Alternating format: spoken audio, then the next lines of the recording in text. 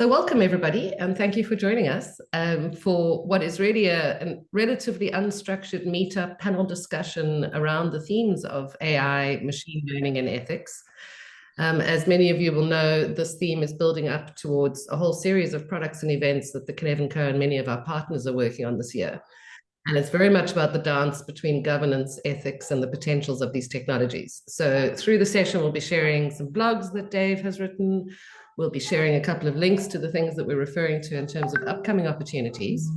But in terms of contextualizing this, there is the June Triopticon event coming up in the UK, which is a full 3-day Triopticon in which we'll really explore these themes deeply.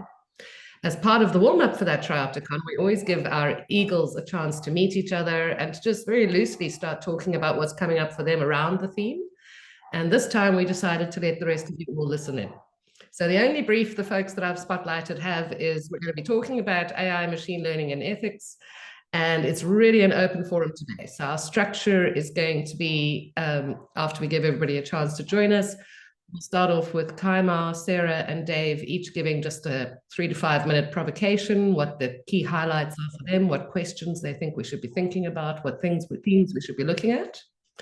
After we've heard from the three of them, then we'll give you folks a chance in small groups to really do a little bit of processing and sense making around that. And then we'll have a more open Q&A back in the plenary again with Sarah, Kaima, and Dave. So that being our game plan for today then, I think that's all I needed to do. Reframing the Meetup, link to the Triopticon, and introduce the team. I'm going to share a link in the chat before we have our speakers start. I think most of you are familiar with the idea of a Triopticon, but if you're not and you have no idea what I'm talking about, this is where you need to go. This is the webpage on our website, but if you click through the tabs at the bottom of the webpage, you will see a description of the Triopticon. You'll see a short bio of the folks that you see on your screen in front of you. You'll see some more background info if you're new to the words Triopticon or to these people. Okay. So our running order today, Kaima, we thought we would ask you to start off, I believe. Let me double check. No, Dave, we thought we would ask you to start off, if you don't mind. So kick us off with some broad framing. Tell the folks what's going on in your head.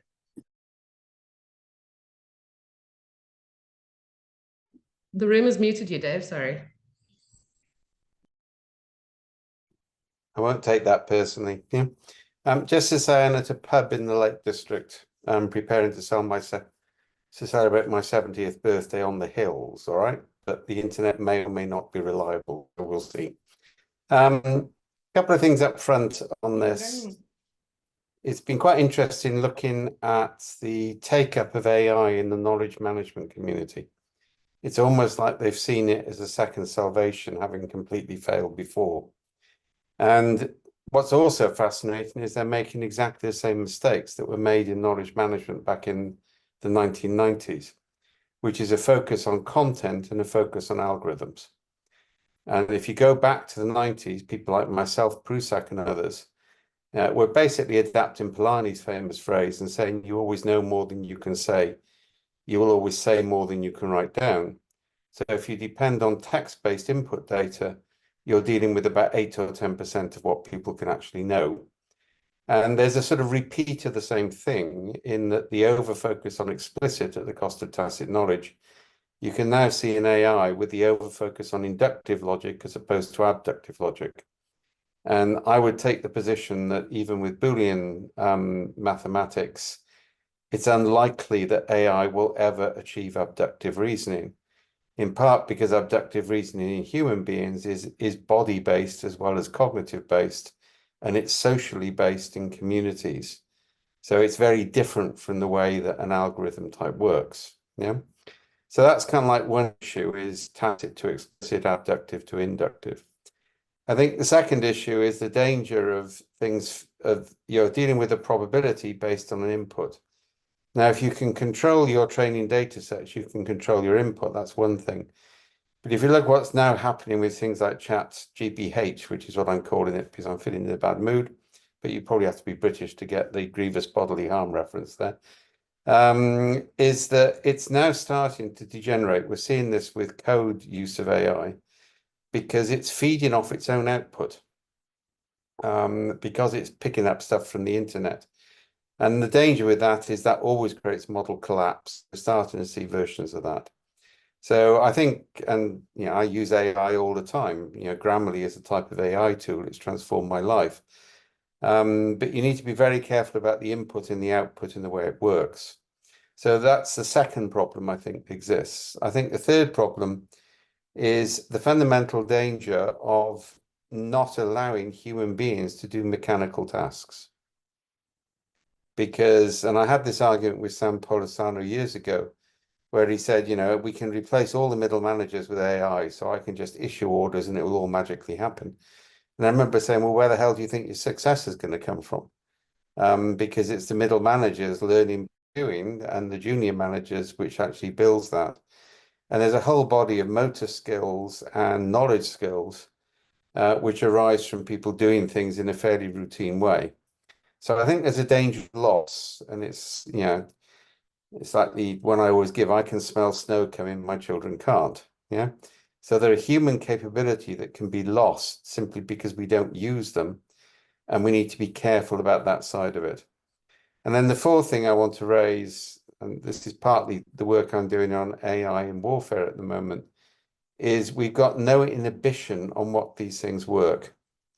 And it's worth going back, and if anybody hasn't seen it, watching the movie about the Cuban Missile Crisis, which I've sat and watched with some of the people who were there at the time when I was doing DARPA work. And apparently it's very accurate, with the exception of the Irish character who didn't exist. Yeah. One of the things that happens in that is that the military are trying to get rules of engagement.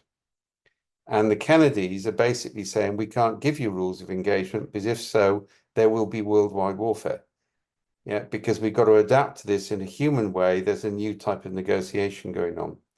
And the danger is that all of AI is based on rules, and therefore think about that Cuban Missile Crisis. If there had been formal rules of engagement, there would have been a nuclear war without any question. It was the lack of rules of engagement, the introduction of human judgment, which actually counted. So I'm taking a negative position, partly because I think we're rushing into something without thinking about it.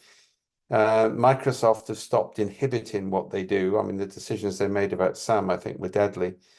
And it's like we're allowing people to develop nuclear reactors in their backyards without control, in that we've been promised a utopia that nobody can be defined, but we're told it would be nice when we get there. And that makes me very nervous, because the morality of West Coast American males is not one that I would want to be applied for the world. And they're the ones actually writing the code and writing the what rules exist on this. So I'm being more cautious than most. I'm seeing huge value in it. We've used AI ourselves for 20, 30 years in anticipatory triggers. But I think you have to absolutely control the input into the AI, so I don't buy black box material. Yeah, I think that's one of the big dangers, the assumption that correlation is causation. And I think you have to include human actors in any decision process.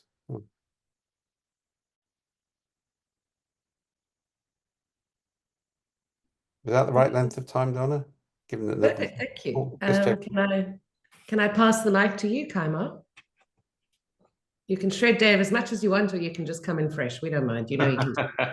I'm gonna pick up from some of the things that Dave said. So, set in a context around, let's assume that we won't all be killed in the next few years by American West Coast males. Then there's some concerns we need to respond to, or some of the questions we need answers for. So the utopia, which is described, well, it is often described through the lens of AI benefits or brings benefits for people.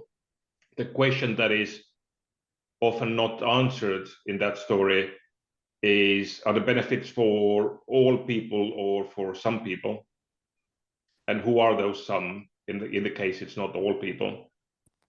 And from the, let's say, societal and governmental point of view, what is the role of the state in ensuring that the benefits of AI can be distributed across the population rather than just for some of the people?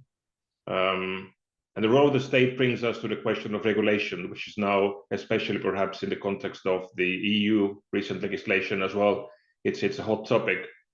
So regulation sometimes it makes sense, sometimes it doesn't, and we need to figure out the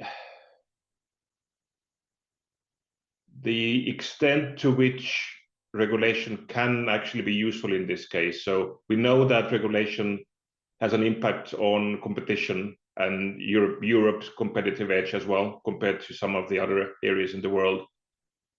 We know that Europe is behind compared to the States, compared to China in these developments. And then the more regulation you push, the more there seems to be dark research. And this is what's happening. It's the financing and regulation leads to dark research, other causes as well, of course. But a lot of research in AI has gone dark, and we don't have visibility anymore about what's really happening behind the closed doors with lots of money.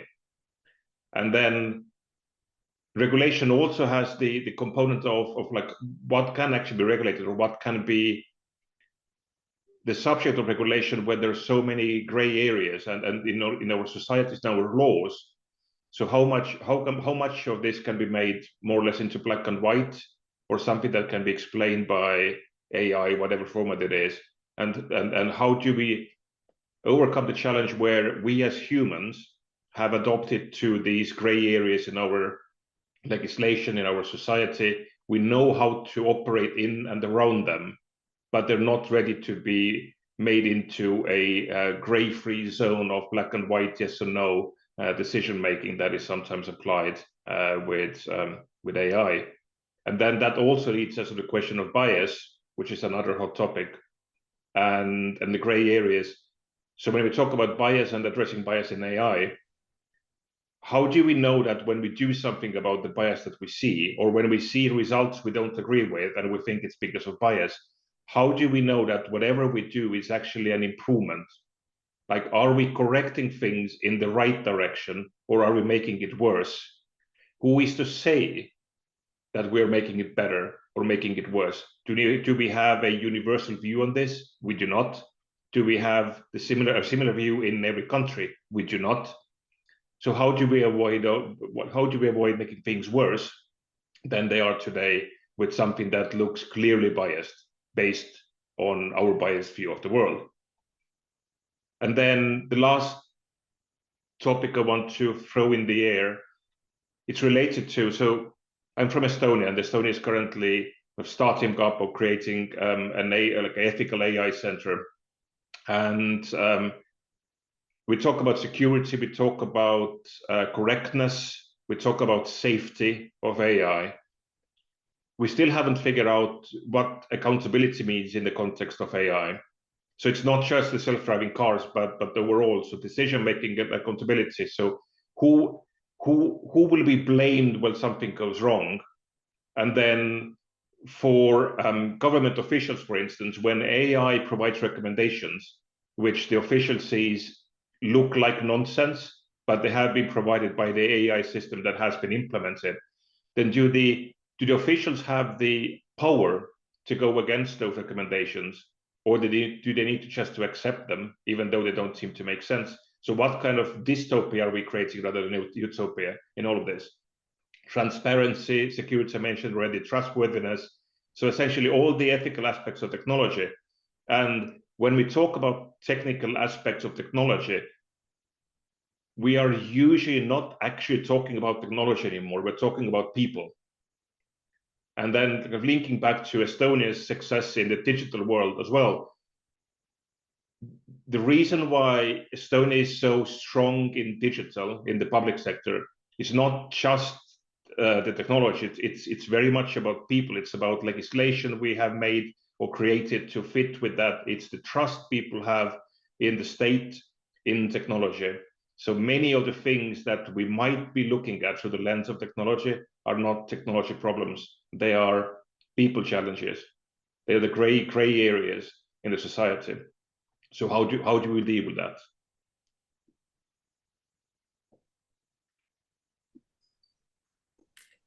Thank you, Kaima. And Sarah, over to you. And just before Sarah starts, sorry, folks, I was supposed to introduce our lovely guests, but I've just popped it in the chat for now. You can go read their bios while they're talking.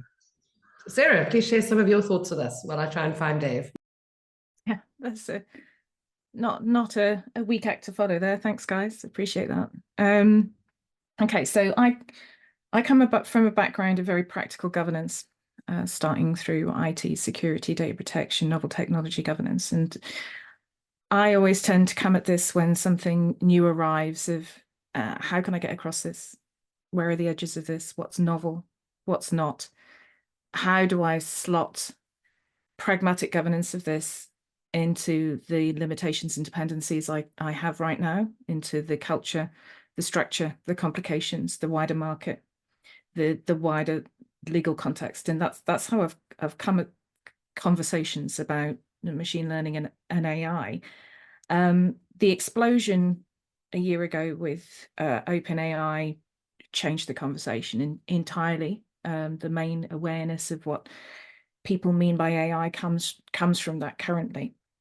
And that's raised some additional questions about the pace at which technology has got ahead of governance and law. There, I know a lot of people who are looking to develop standards who've had to not go back to the drawing board, but completely reset with governance and guidance that they were building. So different standards bodies, IEEE, ISO standards bodies, because this has moved at such pace. There is an argument to suggest that the release schedule and the release pace of this has been to get ahead of things like the EU AI Act. And we need to deal with all those tensions and trade-offs while not losing the potential benefits. So, looking at massively beneficial implementations of expert models and classification systems and various other things in analyzing images for medicine and analyzing masses of climate data, for instance, amongst many, many other different implications. But when we're looking at the pervasiveness of large language models, large multimodal models currently, I think a lot of people are feeling a little bit emperor's new clothes about it. We know that there is a lot of potential here, and it's a solution in search of a problem in a lot of cases. One of the things we're struggling with is questioning whether we've abandoned the scientific method, whether we have now got correlation as king, whether we're going to base decisions on things that we cannot verify, whether we're losing the cohort of people with a deep local and specialist domain knowledge to be able to verify as the models become more capable. And we're layering that on top of the conversation that Kaima and Dave really surfaced, that we have a circling back of an increasing amount of machine-generated content into the baseline of knowledge. And that is an unknowable impact for a lot of people right now. We're looking at the Google Scholar and various other publishing databases that have got increasingly difficulty surfacing what's happening. But that's against a pre-existing background. So again, Kaima and Dave very realistically pointed out, these aren't novel situations we're delivering the technology into. We've had the publish or die mechanism for academic research that has ramped up the amount of papers being thrown into the wild, and that has produced its own challenges. Did notice Google Scholar had a little bit of a hiccup. I don't think anybody worked out whether it was actually driven by a specific issue, but it was not spitting out results that people were expecting for a brief period of time. And that really highlights another thing that plays into the issue with the images of Kate, the Princess of Sussex. No, Princess of Wales. Let's get it right. It's not the Sussexes. How dare I say that? But yeah, so we don't know how to classify something as real or not. And it was never about can you spot a fake? It's that can you believe in what's real now, because everything comes with a layer of doubt. But very practically, there's been a paper come out recently that's suggesting that prompt engineering is dead because the best prompts are so esoteric and so unusual that the best thing to do is to get other language models to propose it. So we've had whole potential careers appear and disappear in a matter of months, potentially. We had a paper just come out today that's saying that watermarking is pointless. We're going to really struggle to watermark AI content. But there is potential in looking at how much alteration the models make to content, because models, it seems, alter AI-generated content less than human-generated content when they produce output.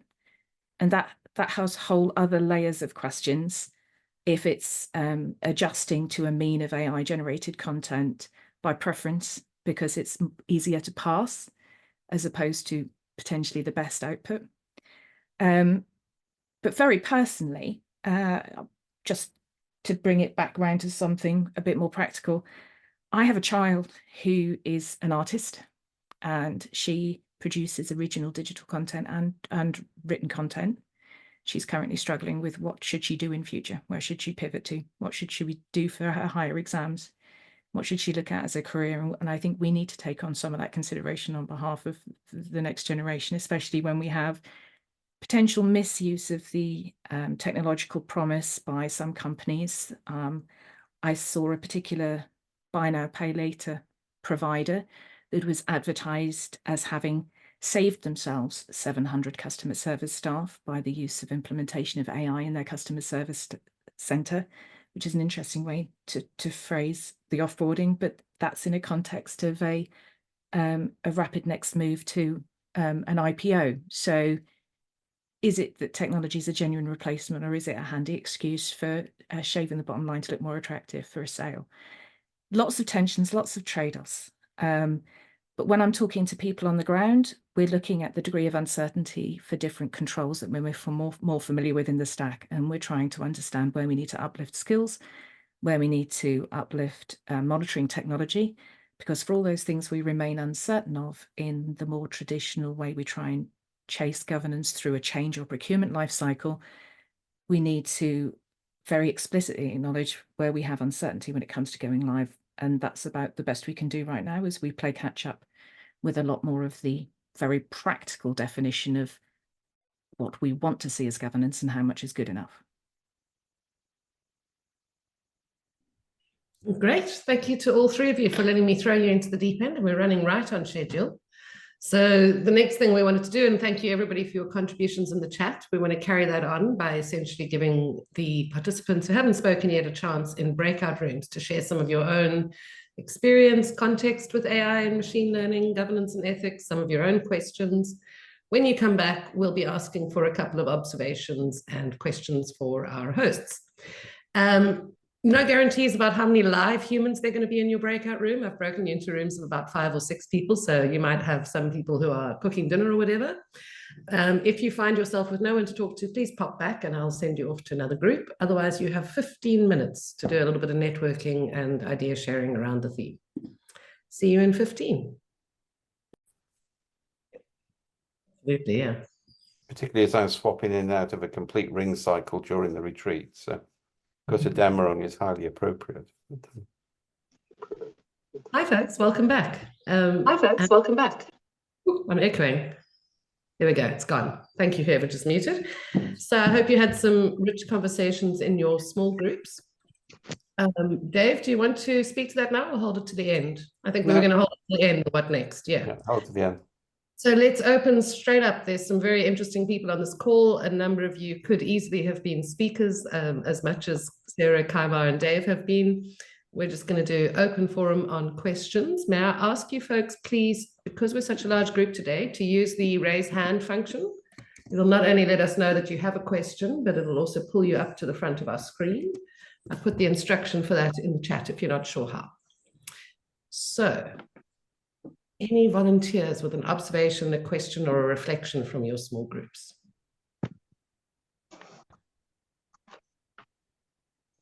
Simone, please. Hi, nice to see you. Hi, I'm quite interested in one of the facets. You know, we've talked about what's going to be that balance between machine and human, if you like, so what's been discussed there. Because even though a machine can do it, I think the question is, do we want it to do it? What parts do we want to keep human or not? But the other facet to that I thought was really interesting in its use is, you know, the snake eating its own tail. Is AI going to eat itself into oblivion because it's only eating its own stuff? How are we going to keep that fresh and growing and allow it to be able to do that? So there were some of the areas around that I thought were really worth of note and exploring further.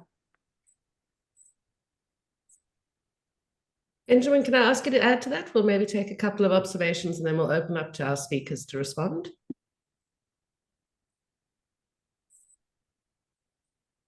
Yeah, I don't know if these points flow with the last comments, but from our small group, of course, I was in the group with Nigel and Juanita and Mario. Great discussion. I think a theme that emerged was regulation. Is regulation possible or sufficient? Because the bad actors will be moving ahead of any potential regulation was one point. Does that mean that we, let's call us the good actors, our only hope is to learn faster about this space than the bad actors? So that was a question we posed as we were pulled back into the larger group. Yeah, that great arms race of technology and regulation, right? Let's take one more, Simon, and then we'll throw open to our speakers to cherry pick and respond to anything that prompted for them.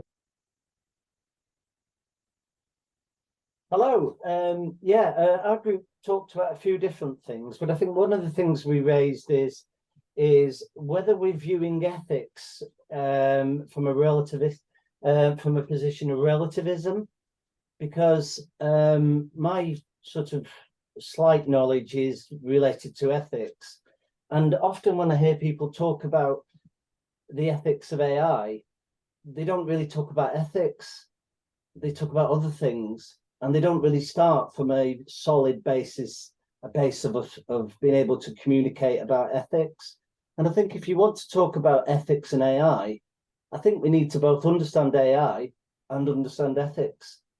I think that's an area of that we're going to have to develop to have coherent conversations. Because if we start from a position of relativism, well, everything's right as long as enough people say it is.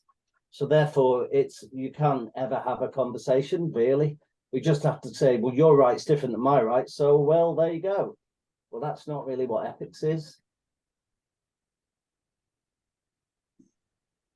Thanks, folks. Some good provocations there. I'm going to throw it open to Sarah, Kaima, and Dave. Anyone want to pick up any points or questions there to build on?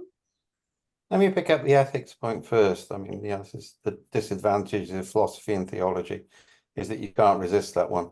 I think we're kind of like into Aristotelian virtue ethics, and I think that's generally true of not just AI, because one of the things Aristotle says, as opposed to Plato, is you can't work out in advance what the right ethical judgment is. So you have to train people to be virtuous, and then they're more likely to make the right judgments. And I think that's roughly where we are. So I think there are things we can do to change the virtue space, and we were talking about this before you guys came back. So one is basically reinforcing IP laws, so people who steal training data sets basically have to pay for it. That acts as a sea anchor.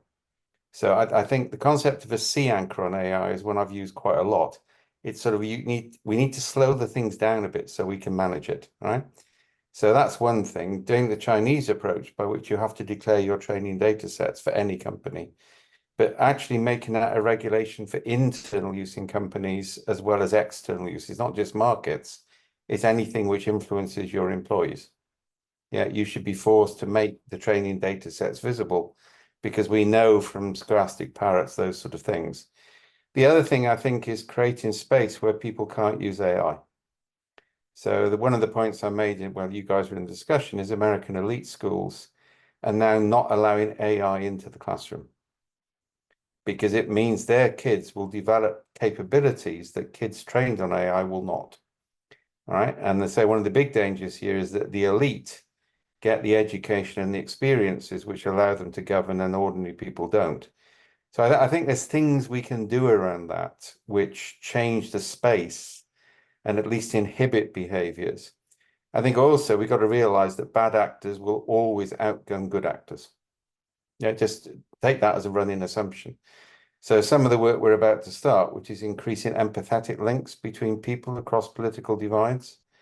And one of the things I said on the group beforehand, I think one of the most useful things that could happen at the moment is a collapse in trust on anything you see on the internet. And we're getting close to that collapse. That would actually be a good thing, right? Because it would actually mean nobody would trust image manipulation, text manipulation in the way that they're currently doing it. And then that would mean you'd have to resort to other human-based search mechanisms. So I think we've got to take an ecological approach to this, not a regulatory approach. And you can regulate for rewilding. You can change the basis of the ecosystem. What you can't do is say, we don't allow you to do that. You know, you can't say this is what's going to happen, therefore we'll anticipate that in a legal system. So I think it's virtue ethics rather than, you know, the Republic, if you want to take a classical mathematical example.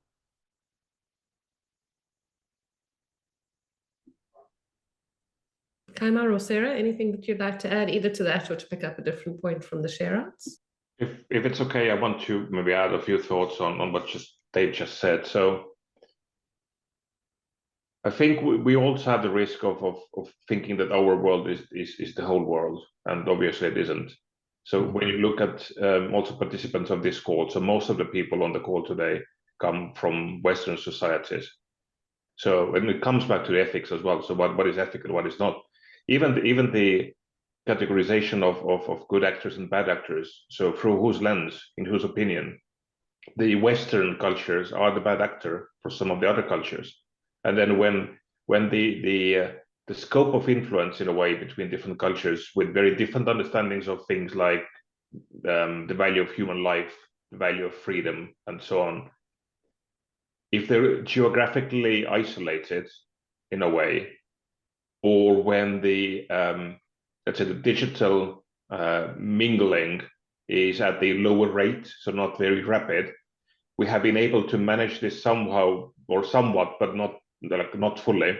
So we have cultural conflicts in the capitals of the world, in the West, and also not in the West. So now with AI, so it's not limited to a country or a continent or a culture. So AI solutions, they are like throughout the globe or all around the globe. And then with some of the cultures which are more, let's say, less worried about human life and more worried about increasing their sphere of influence across the world, then not everything they state as something that looks good to us, like so training data publishing, not all of that necessarily is true, nor does it mean that other things are not happening in the background, which they are not talking about that loudly.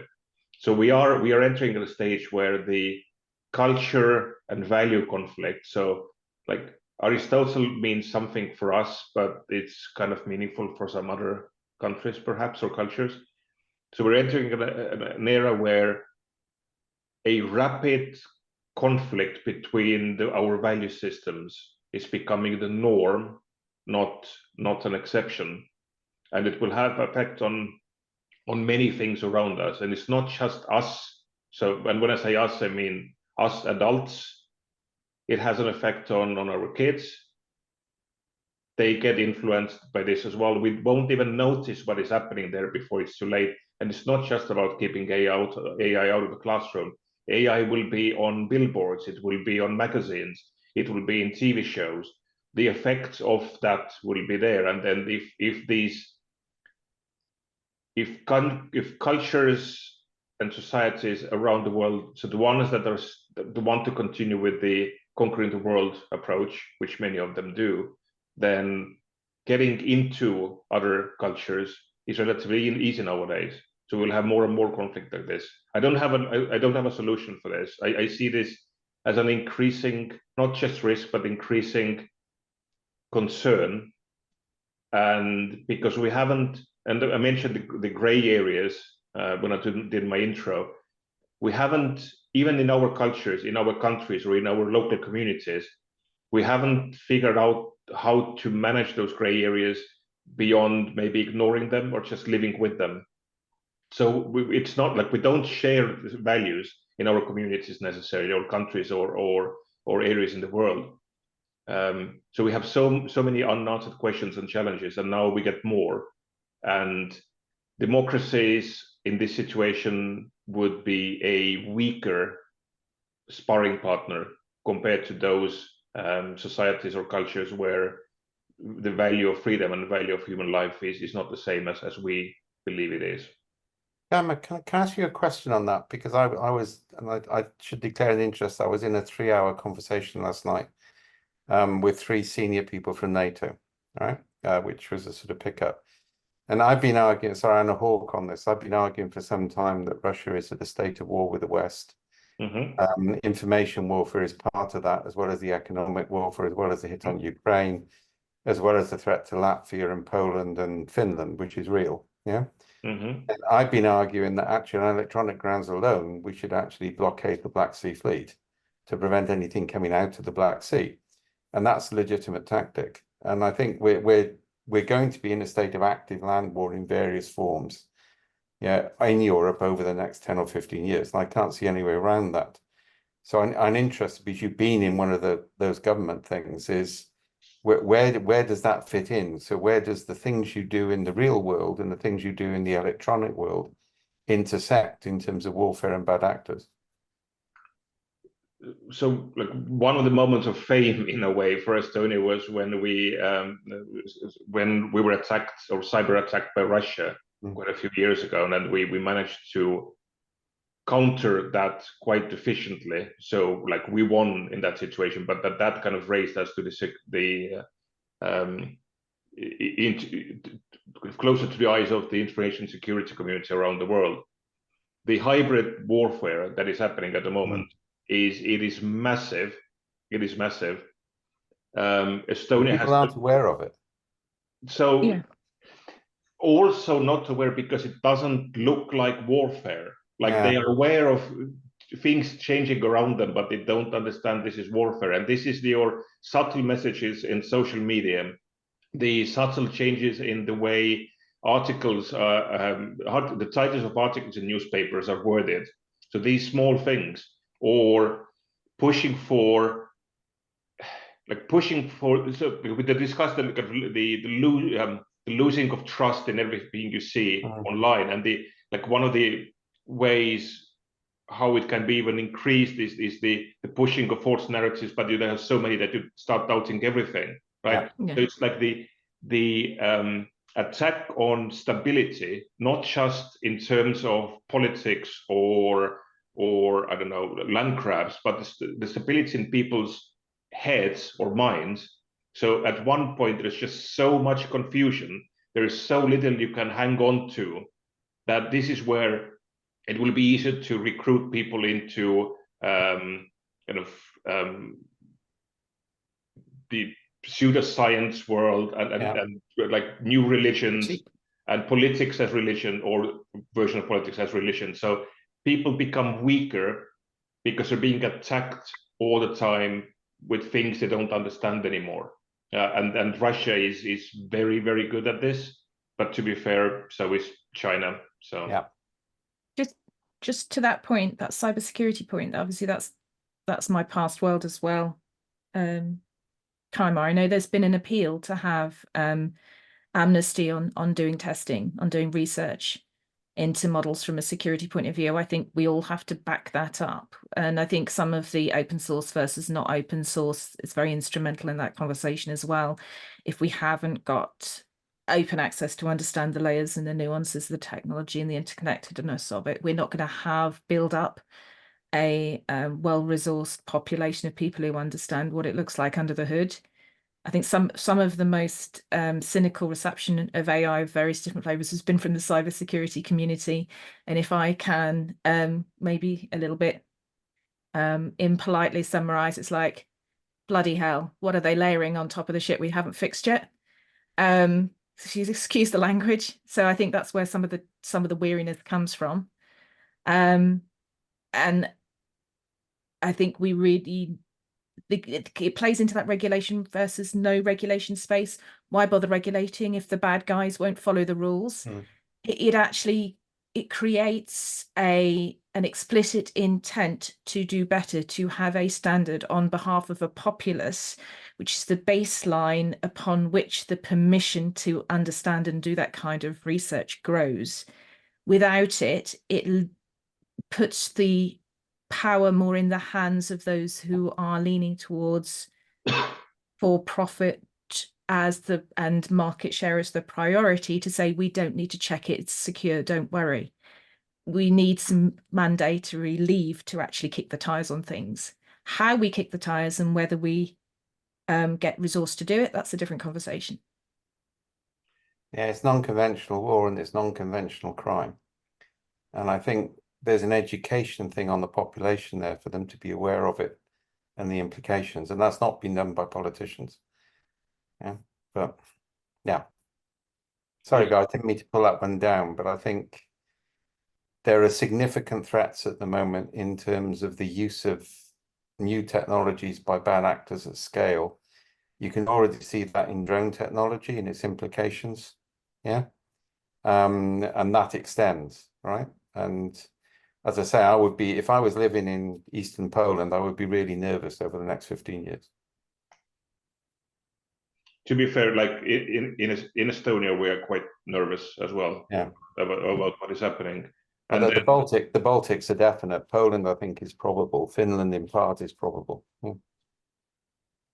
And then some of with AI development, so some of the things we can almost like see. Well, I don't want to say predict, but we can see a scenario where what could happen. So some of the Silicon Valley funded research that is essentially building a new version of an atomic bomb in a way. So if that goes wrong, it's going to be like something really bad would happen at once and then affect many people. And that's something like we get, I think we get too attached to those scenarios as the main risk. They're a risk, of course, but there's also the equivalent of a plague, but it's and that's through AI. That's one thing we were gaming is if AI can write code, then you can put sleeper AI behind firewalls and then activate it to write viruses. And that's already happening, right? And companies aren't aware of it. They're just taking in these AI systems. And you can't trust Facebook anymore now because they've gone down the open AI route. Before they were in a closed AI, and now they've gone down an open AI route. At that point, you can't trust those actors. Yeah. And then, like, so like some of the key questions, like, do we want to make money with AI? That's kind of the Silicon Valley approach. You want to make money, but also some of the people there want to help humanity, but it's a lot about making money. But there are other actors in the world who also kind of want to make money, but only they want to make more money because then they can destroy the West, for instance. Or they essentially can destroy the values they don't believe in, or they want to enforce their values over existing values elsewhere. So it's not like an equal level of debate or war even. So the objectives are different. So making more money compared to taking over the world by force, and like it's fanatism that comes with this as well. It's like you can't fight that with money unless you have even more. And it's the flow of libertarian funding into New Age movements and far right movements in Europe, and the fact they're funding New Age movements to distract people from engagement is one of the biggest worries I've got at the moment.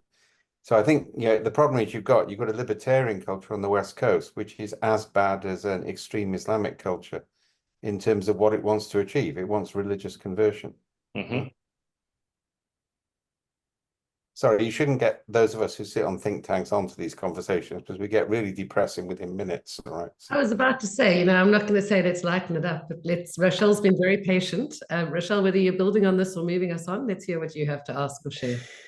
Thank you. Yeah, I was just thinking, where to go with this? That there was a whole thing about country song lyrics and stochastic terrorism, but I'll leave that one for the moment. Have you got anything on that? Well, I just was listening to one. Terrorism, I'm really interested in. If you've got anything published on that, I'd really like to look at it. All right. It was mostly just thoughts as a song came on the radio and I was listening to the lyrics, and it was really supporting this vigilante justice and this poor downtrodden woman who this guy's driving her in his truck and he goes to the house of the whoever guy that wronged her and kills him basically, and then he's prepared to spend the rest of his life in jail because he did this. And I thought, could just be earnest, but also felt like choice to put it out there. But so I was saying two kind of thoughts around this. One, like I'm fascinated with the Titanic and the nuclear bomb, the way that those developed, and the ways that we had our oh shit moments with those, you know, like with the Titanic, the sort of the contexts of like competitive companies being competitive with each other. And there's the Titanic on its maiden voyage, most luxurious ship, but the other shipping company had fast ships. So the Titanic has its pedal to the metal to try and show it's luxurious and fast, doesn't want to come in second. And, you know, anyone could have said, going super fast through an iceberg field, maybe, you know, not the best idea. I'm sure someone on the Titanic thought that or said that, but the environment, the kind of social and hierarchical and whatever the decision, we get into governance, how it was that voice, those voices of, gee, maybe we should slow down, didn't make it into the, you know, into the decision-making process. That fascinates me. And then same, you know, with the bomb, with the Manhattan Project, it was a race. Again, this race, like whoever's first is best somehow. And then they get it. And then it's like, well, shit, now everybody can have one. Pardon my language.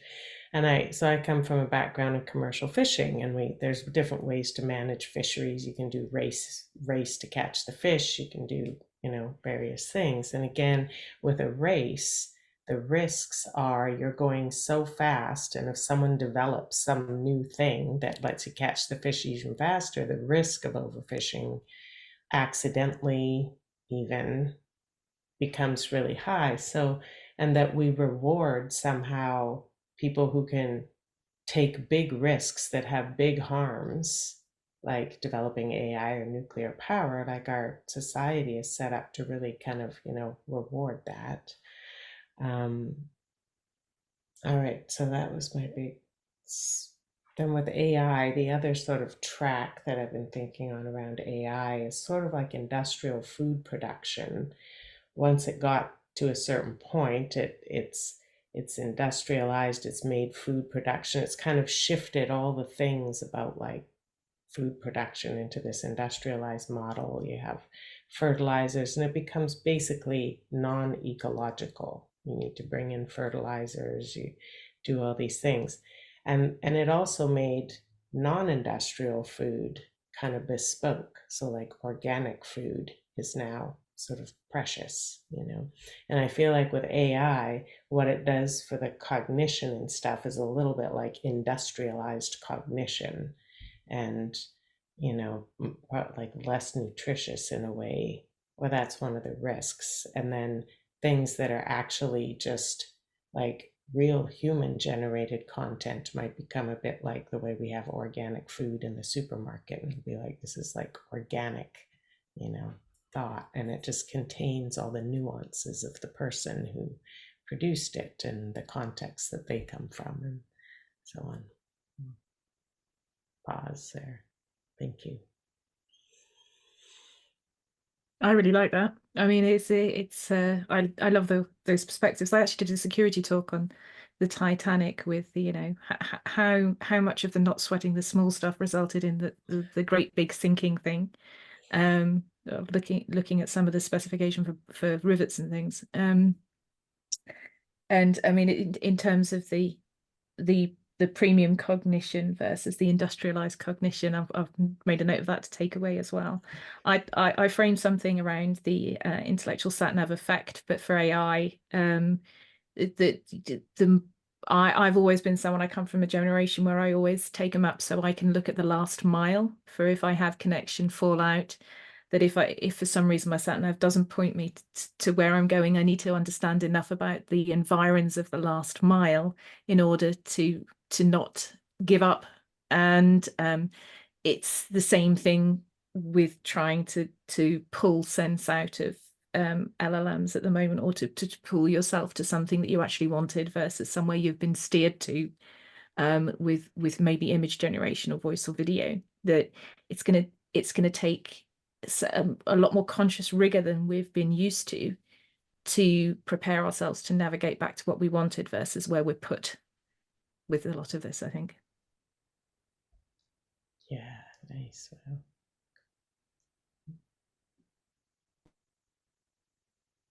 Right. Got about 15 minutes left for additional questions or observations. Anything that's come up for anyone? I'm just scanning in the chat. Yes, so lots of great resources being shared. Thank you. Swan, yes, you were waiting earlier and I think we moved on. Please go ahead. Swan, I'm just going to unmute you. Thank you. Yep.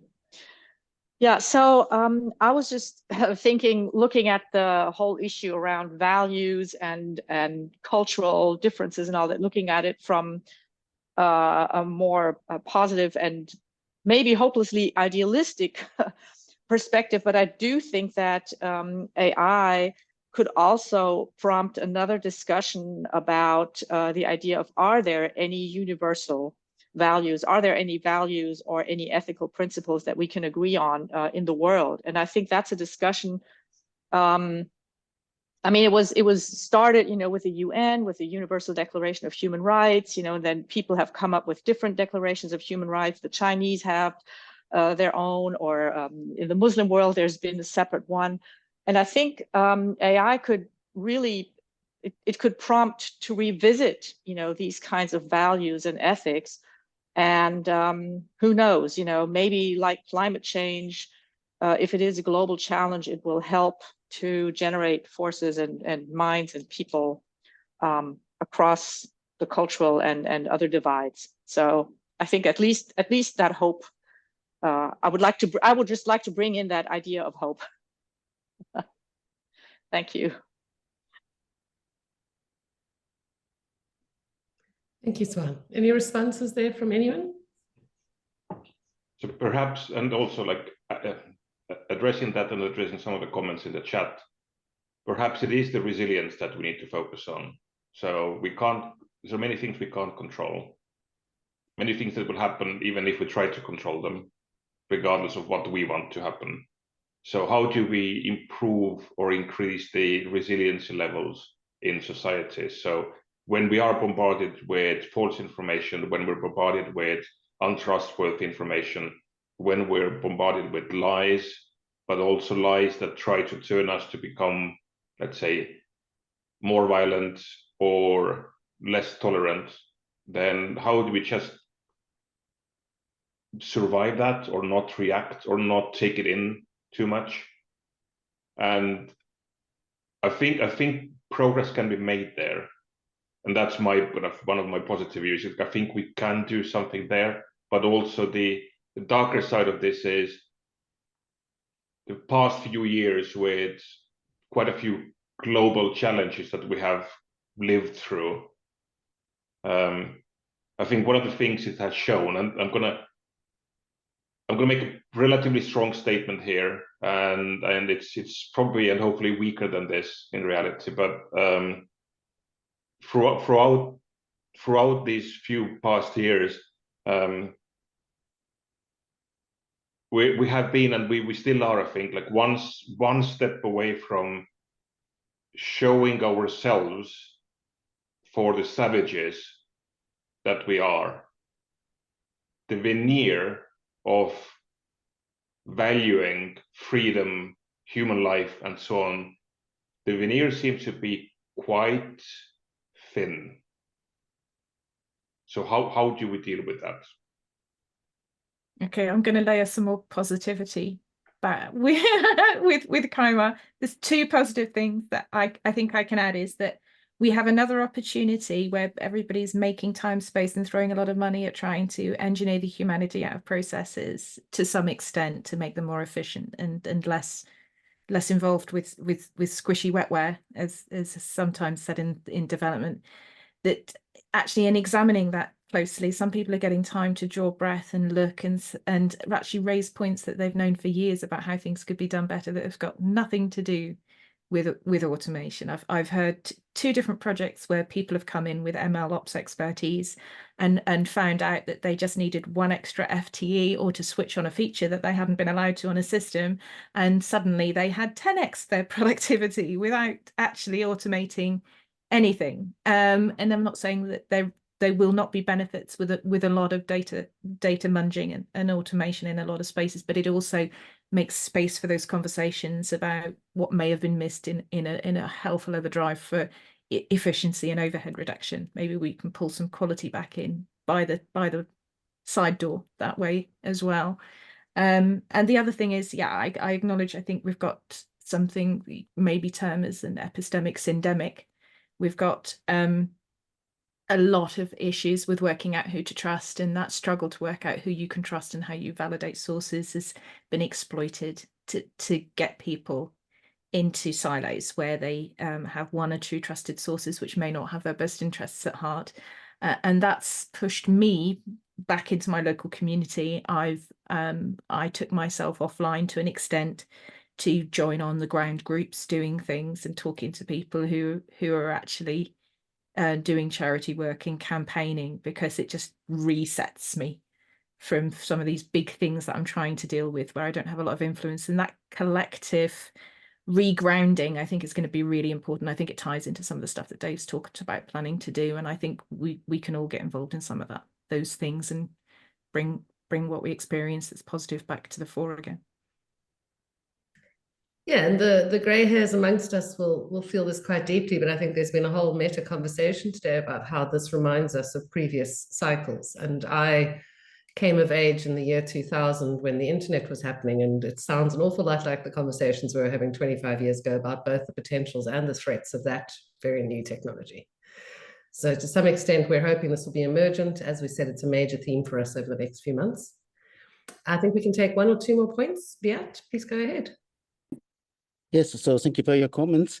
I was thinking about two things. One thing was mentioned, the Titanic, the atomic bomb. And my question is, isn't it the point of reframing the goal? If you could reframe the goal to achieve the ecological challenges we have. The Titanic, this was for speed. The atomic bomb was for, you can say, for saving more lives, whatever, depends on the perspectives. But how about reframing the goal of AI? So that's one thing.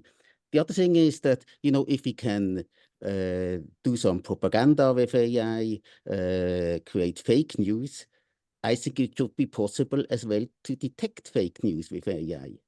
So isn't it always this dual thing in the world that, you can do one thing, but of course you can do the other thing as well? Thank you. And Colin, let's take yours as well, and then we'll get our speakers to respond. Well, this isn't my original question, but just following up from what the person before me just said. Surely you've got like a training data arms race where it's harder to get the Sorry, I'm not sure. Anyway, I'll go back to the original point. I wanted to pick up on the question of bias as it relates to gray areas.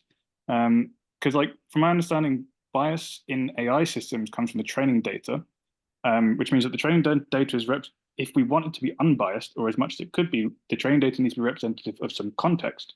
And it also means that a godlike AI, AGI, if it was possible, is probably not preferable. Right, bias is only a problem if we're trying to find general truths about context, which are probably few and far between. But when we think about humans, bias it can't be avoided, and in some contexts, it's actually heuristic. And bias amongst humans always emerges from a history of experience, right? And I think that's the training data kind of is replication of that. There's no actual underlying experience.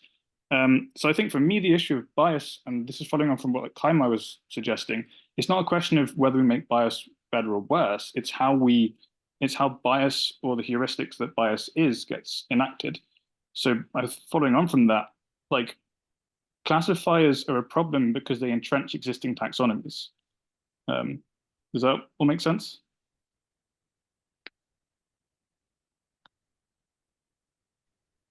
I mean, I've said that bias is as much a philosophical question as it is a technical question. It's a technical question to the extent that you define a ground truth and you work out how far away you are from the ground truth that you've defined, but who defines the ground truth based on what data, with which cultural norms, and you know, you can decide that what you're outputting is representative of the population to which you're applying the outputs, but all the aforementioned questions apply.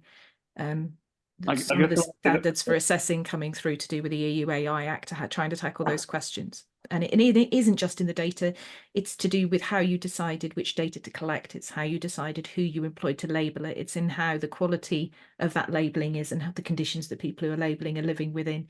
And mostly how people decide to apply the outputs. I would very much agree with that. So removing bias is impossible.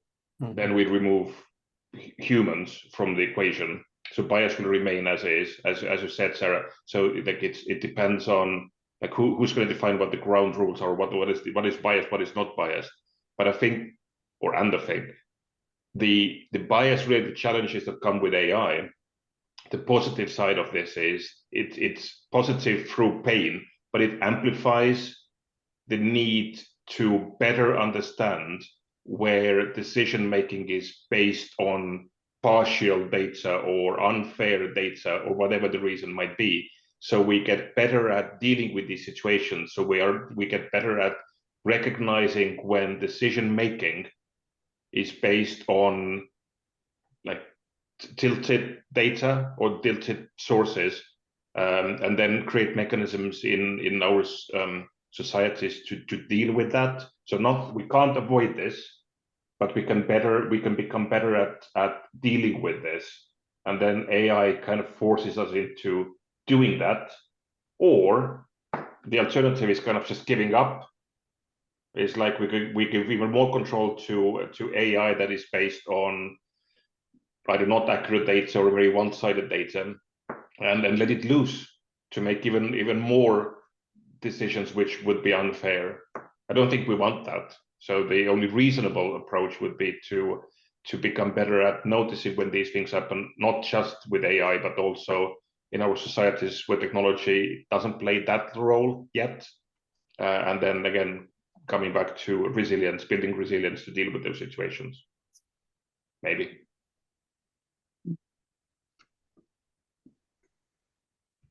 Okay, thank you, folks. I'm going to put us to wrapping up now, since we've only got about 5 minutes left. I wanted to draw your attention to the fact, as we said, that if you thought this was interesting, you should join us in June, where we'll be doing a deep dive in our Triopticon format on this.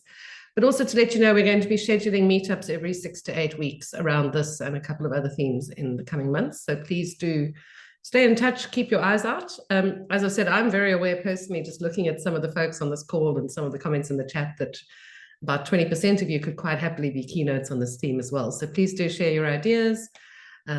Please do let us know what you think. Please let us know how you want to get involved.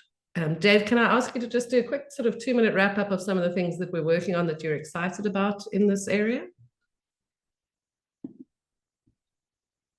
Is Dave still here? Have we lost him? I think we might have lost him. Okay, that's fine. I'll do it. Sorry, I'm here. All right. Oh, there you go. Sorry, Dave. I think it was quite interesting. I mean, 25 years ago when we started the DARPA programs, which I co-led with SRI, one of the goals was to create epistemically balanced training data sets. That was one of the main drivers for SenseMaker. And I still remember in Sweet Georgia Brown's a sort of a temporary brokerage between us and Palantir, which ended up with a, shall we say, major row, right? Because I was arguing for training data sets and balanced training data sets, and they were arguing for black box AI. And you can see that in some of the ethical consequences. So either way, we're going to be doing a few things. So we're working with Sarah and the Ethical Foundation to produce a quick sense, which is quick senses for those people who don't know, where they're announced this week, next week. They're sort of sub £1,000 standard sense makers you can just pick up and run and get a standard report from. So we're going to produce one of those around attitudes to AI, and that then will build into a whole audit capability of AI, the sort of thing I talked about earlier. And we're working, as I say, with Sarah on that at the moment. So that is quite exciting. We're also going to actually push the training data set concept again. So some of our work on distributed decision making, which is about to go into a quasi-clinical trial with the NHS, would allow some of the actors in a decision quintret to actually be AI based on training data sets built up over several years. So we're not hostile to the thing, but I think the training data sets is the key. And I think the bias issue is you can't get rid of bias, but you can make bias visible and you can aim to reduce it. And I think that's the key thing. And that's why, as I say, I think training data sets matter more than algorithms, and maintaining people capability. I mean, I'll be walking tomorrow. I'm using GPS, all right? But every 5th or 10th walk, I use a compass and a map. The US Navy are retraining officers in sextants on the basis they may lose AI. Yeah, they may lose GPS. And if you look at electricity outages in South Africa, we could become dependent on something that we can't use for significant periods of time. So I think the other thing we want to look at is what are the human skills and the human capabilities we need to make sure are maintained in the general population, not just in the elite. Okay, so thanks, Dave. I did share with everybody in the chat the links, but as I've also noted in the chat, we will share the chat with you folks. Thanks to everyone who shared resources, links, and conversations in there. It's been just as rich as the live discussion. And we hope to see most of you in 6 to 8 weeks when we all gather again. Thanks to Dave, Kaima, and Sarah very much for throwing yourself to the mob on this one and being brave enough to let me pin you and ask you to speak first. And we look forward to the ongoing conversations into June. Take care, folks. Lovely to see you all. It's going to be an exciting 6 months for the whole world around this theme, and we certainly look forward to engaging more. If anyone has any practical questions, stick around. Otherwise, we'll see you soon. Cheers.